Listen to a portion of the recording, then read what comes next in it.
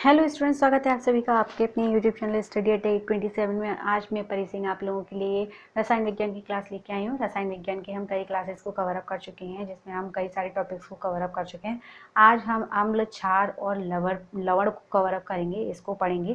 ठीक है, ये क्लासेस आप मेरे चैनल पर भी जाके देख सकते हैं। साथ में मैंने क्लास कवर अप करा चुकी है, उनकी लिंक में डिस्क्रिप्शन बॉक्स में आप लोगों को दे दूँगी, ताकि आप लोगों को कोई प्रॉब्लम ना हो, आप लोग आसानी से क्लासेस को देख सकें। और रही बात स्टूडेंट्स क्लासेस को देखने की, तो ये जो क्लासेस है ना, आप लोगों के लिए बहुत ज़्यादा इंपॉर्टेंट है। और जितने भी एग्जाम आने वाले हैं ना, इन्हीं चीज़ों से आती है। और ऐसा नहीं है कि ये सारी चीज़ें आप पढ़ चुके हैं तो आपको याद है, नहीं, आप लोगों को ना बार बार रिवीजन करने की ज़रूरत है। इसीलिए तो रिवीजन के लिए ये क्लासेस में लेके आई हूँ आप लोगों के लिए, घटना चक्र पॉइंटर से। तो क्यों ना आप लोग इसे लॉकडाउन के टाइम में बैठे बैठे इसे कंप्लीट कर सकें, ताकि कोई भी प्रॉब्लम ना हो और आगे जैसे आप लोगों के एग्ज़ाम आए तो आप आराम से अच्छे से अपने एग्जाम्स को क्रैक कर सकें। चलिए आज की क्लास शुरू करते हैं, अम्ल, क्षार तथा लवण। लेकिन उससे पहले मेरे चैनल को लाइक शेयर सब्सक्राइब करना बिल्कुल मत भूलिएगा, साथ में बेल आइकन को भी प्रेस कर लीजिए।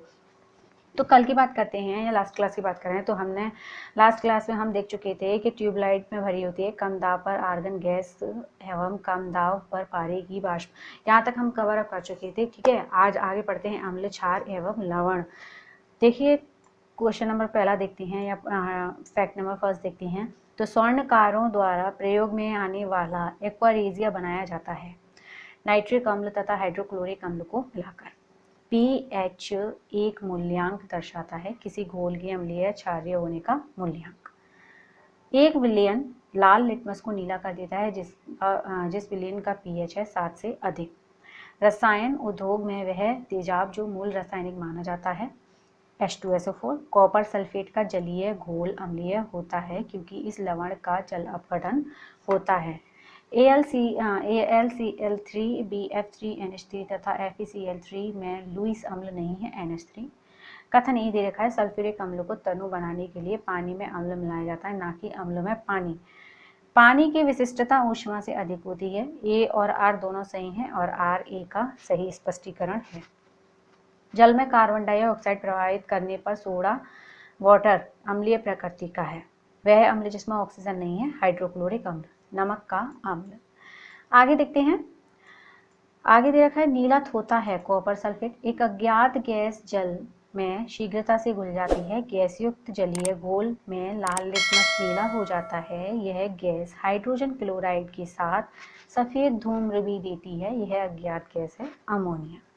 वॉशिंग सोडा को सोडियम कार्बोनेट कहते हैं। कास्टिक सोडा को सोडियम हाइड्रोक्साइड, नीला थोथा को copper sulphate, hypo sodium thiosulphate, Epsom salt बोलते हैं मैग्नीशियम सल्फेट को, और बेकिंग सोडा सोडियम बाइकार्बोनेट। खाने का सोडा सोडियम बाइकार्बोनेट होता है।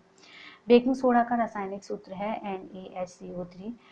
धोने के सोडे का रासायनिक सूत्र है Na2CO3। निम्नलिखित कथन दे रखे हैं और बताने हैं कौन कौन से कथन सही हैं। चलिए फर्स्ट देखते हैं। निर्जल सोडियम कार्बोनेट साधारणतः पाक सोडा, बेकिंग सोडा के रूप में जाना जाता है। अग्निशामकों में पाक सोडा, बेकिंग सोडा का प्रयोग होता है। विरंजक चूर्ण का उत्पादन हेस्ने-क्लेवर संयंत्र में होता है। तो स्टूडेंट्स, यहाँ पे सेकंड और थर्ड वाला जो कथन है वो सही है, बाकी जो फर्स्ट है वो गलत है। आगे देखते हैं, कैल्शियम कार्बोनेट, सोडियम का क्लोराइड, पोटेशियम क्लोराइड तथा मैग्नीशियम सल्फेट में से वह लवण जो सागर में सर्वाधिक पाया जाता है वह है सोडियम क्लोराइड। खाने का नमक NaCl बनता है मजबूत अम्ल और मजबूत क्षार से। NaCl की मौजूदगी में पेरिस प्लास्टर के स्थान पर दर में वृद्धि होती है। बी, सीमेंट में जिप्सम का योग उसके स्थान दर को मंद करने के लिए किया जाता है। सभी क्षारीय मृदा धातु जल योजित लवण उत्पन्न करते हैं। डी, बेरियम तथा स्ट्रोंशियम प्रकृति में मुक्त रूप से पाए जाते हैं। तो यहाँ जो कथन सही नहीं है वो है बेरियम तथा स्ट्रोंशियम प्रकृति में मुक्त रूप में पाए नहीं जाते हैं। विरंजक चूर्ण के लिए निम्नलिखित कथनों पर विचार करना है। जल में अधिक विलेय होता है।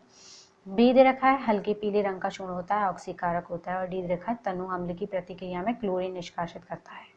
तो इसमें से जो जल में अधिक विलेय होता है वह सही है, बाकी सारे गलत हैं। आगे देखते हैं, ब्लीचिंग पाउडर में होता है कैल्शियम ऑक्सीक्लोराइड। जब इन लवणों को जल में डाला जाता है तो बुलबुले बनते हैं, जिनका कारण है CO2 गैस। फोटोग्राफी प्लेट को विकसित करने में सोडियम थायोसल्फेट उपाचय की भांति उपयोग होता है। Chrome red, sodium thiosulphate, hydrogen peroxide तथा कैलोमेल पदार्थों में से वह पदार्थ जो फोटोग्राफी में एक एंटीक्लोर के रूप में प्रयुक्त होता है, तो सोडियम थायोसल्फेट। फोटोग्राफी में प्रयुक्त होने वाला हाइपोविलियन जलीय विलयन है सोडियम थायोसल्फेट का। फोटोग्राफी में उपयोगी तत्व है सिल्वर ब्रोमाइड। फोटोग्राफी की प्लेट पर परत चढ़ाई जाती है सिल्वर ब्रोमाइड की। आयनी यौगिकों से संबंधित निम्न कथनों पर विचार कीजिए। आयनी यौगिक अल्कोहल में अवलेय होते हैं। ठोस अवस्था में आयनी यौगिक विद्युत के उत्तम चालक होते हैं। तो इसमें से जो करेक्ट है वो है जो ऑप्शन कथन 1 दे रखा है, जो आयनी यौगिक अल्कोहल में अवलेय होते हैं। अल्कोहल, पानी, शहद तथा गैसोलीन में सबसे अधिक शयान है शहद। कार्बनिक रसायन पर आते हैं। कार्बनिक रसायन में हम हाइड्रोकार्बन को पढ़ेंगे। इसके बाद स्टूडेंट्स क्लास ज़्यादा नहीं होगी। केमिस्ट्री में जितना आ सकता है मैं उतना ही कवर अप कराऊंगी, जितना आप लोगों की ज़रूरी है, क्योंकि हमें एग्ज़ाम के पॉइंट ऑफ व्यू से पढ़ना है। हमें कोई थीसिस नहीं लिखनी है, ठीक है, ज्ञानी नहीं बनना है। हमको उतना पढ़ना है उतना जितना ज़रूरी है, ताकि हम एक जॉब अच्छी सी ले लें, सरकारी नौकरी हमको मिल जाए और हम आराम से अपनी आगे की प्रिपरेशन। बहुत सारे स्टूडेंट्स का एम होता है कि वो एक जॉब लेने के बाद हम ये वाली जॉब करेंगे, या फिर वो कुछ लोगों को SI बनना है, कुछ लोगों को पुलिस में जाना है। तो ये सभी के लिए, और जितना एग्ज़ाम में आना है ना वो इसी में से आ जाएगा। चलिए देखते हैं हाइड्रोकार्बन। अनुकारित आदिम भूमि परिस्थितियों में प्रादुर्भाव का सही अनुक्रम है मीथेन, हाइड्रोसाइनाइड, नाइट्राइल और अमीनो अम्ल। सभी जैव यौगिक का अनिवार्य मूल तत्व है कार्बन। सभी जैव यौगिकों में सर्वाधिक आवश्यक मूल तत्व है कार्बन। Hydrogen, oxygen, sodium.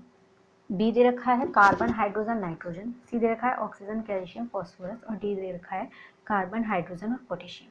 उपरोक्त तत्वों में से वह जो पृथ्वी पर जीवन की उत्पत्ति के लिए मूल उत्तरदायी है तो है कार्बन, हाइड्रोजन और नाइट्रोजन, बी। नेक्स्ट देखते हैं हाइड्रोकार्बन के अणु भारों के बढ़ते अनुक्रम सही क्रम क्या है, तो मीथेन, ईथेन, प्रोपेन और ब्यूटेन। प्रथम विश्व युद्ध में रासायनिक आयुध के रूप में प्रयोग किया गया था मस्टर्ड गैस का। मस्टर्ड गैस का उपयोग किया जाता है रासायनिक युद्धों में। आगे देखते हैं स्टूडेंट्स, आगे हम यहाँ थे, हाँ, ब्यूटेन, मीथेन, प्रोपेन तथा रेडोन में से वह गैस जो सिगरेट लाइटर में प्रयोग की जाती है तो वह है ब्यूटेन। भोपाल गैस ट्रेजेडी या त्रासदी हुई थी मिथाइल आइसोसाइनेट के रिसाव के कारण। अभी हाल ही में विशाखापट्टनम में भी गैस का रिसाव हुआ है, और वो भी जो पॉइंट है, वो भी जो करंट अफेयर है, वो भी आप लोगों के लिए इम्पोर्टेंट है। इन चीज़ों पे स्टूडेंट खासकर ध्यान दिया कीजिए, क्योंकि ये जो क्वेश्चंस होते हैं ना, ये एग्जाम्स पर ज़रूर आते हैं। आगे देखते हैं, छपाई में प्रयोग की जाने वाली स्याही प्राप्त होती है मीथेन अपघटन से। मीथेन गैस उत्पादन करने वाला क्षेत्र है धान का खेत। यहाँ पे सूची 1 और सूची 2 दे रखी है। इलेक्ट्रोकार्डियोग्राफी हृदय विकार, DDT कीटनाशक है और निकोटिन तंबाकू में पाया जाता है। वह उत्प्रेरक जिसका उपयोग वनस्पति तेलों के हाइड्रोजनीकरण के लिए किया जाता है निकेल। फल पकाने में सहायता करता है एथेफॉन। फल पकाने के लिए उपयोग में लाया जाता है कैल्शियम कार्बाइड।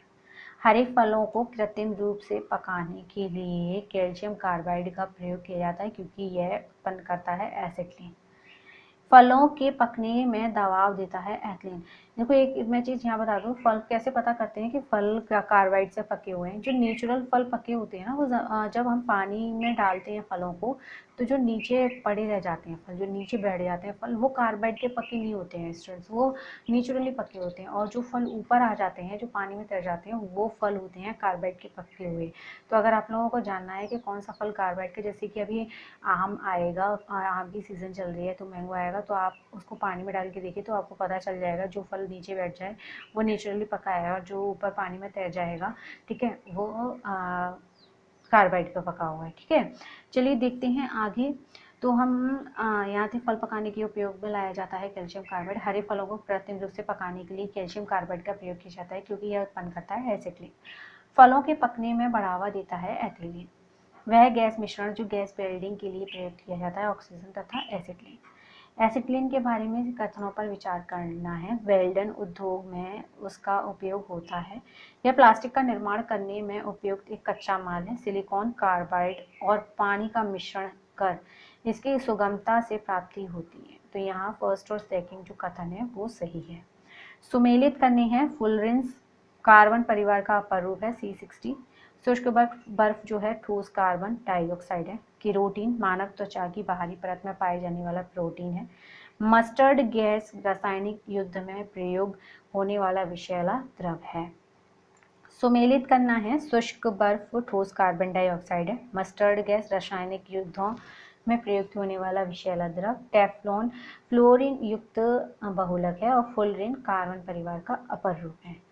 आगे भी सुमेलित करना। पायरीन अग्निशामक है। सल्फर डाइऑक्साइड अम्ल वर्षा। फ्रेऑन प्रतिशीतक है और फ्लोरीन कार्बन का एक अपर रूप है। बेंजीन के लिए सत्य है कि इसमें 12 सिग्मा और 3 पाई बंध होते हैं। तो स्टूडेंट ये तो थी आज की हमारी केमिस्ट्री की क्लास। ठीक है, कल हम एल्कोहल कार्बनिक अम्ल को कवर अप करेंगे। आज हमने इतने सारे पॉइंट्स को कवर अप किया है कार्बनिक रसायन में, जिसमें हमने हाइड्रोकार्बन को कवर अप कर लिया है। तो कल की जो क्लास होगी वो हमारी एल्कोहल और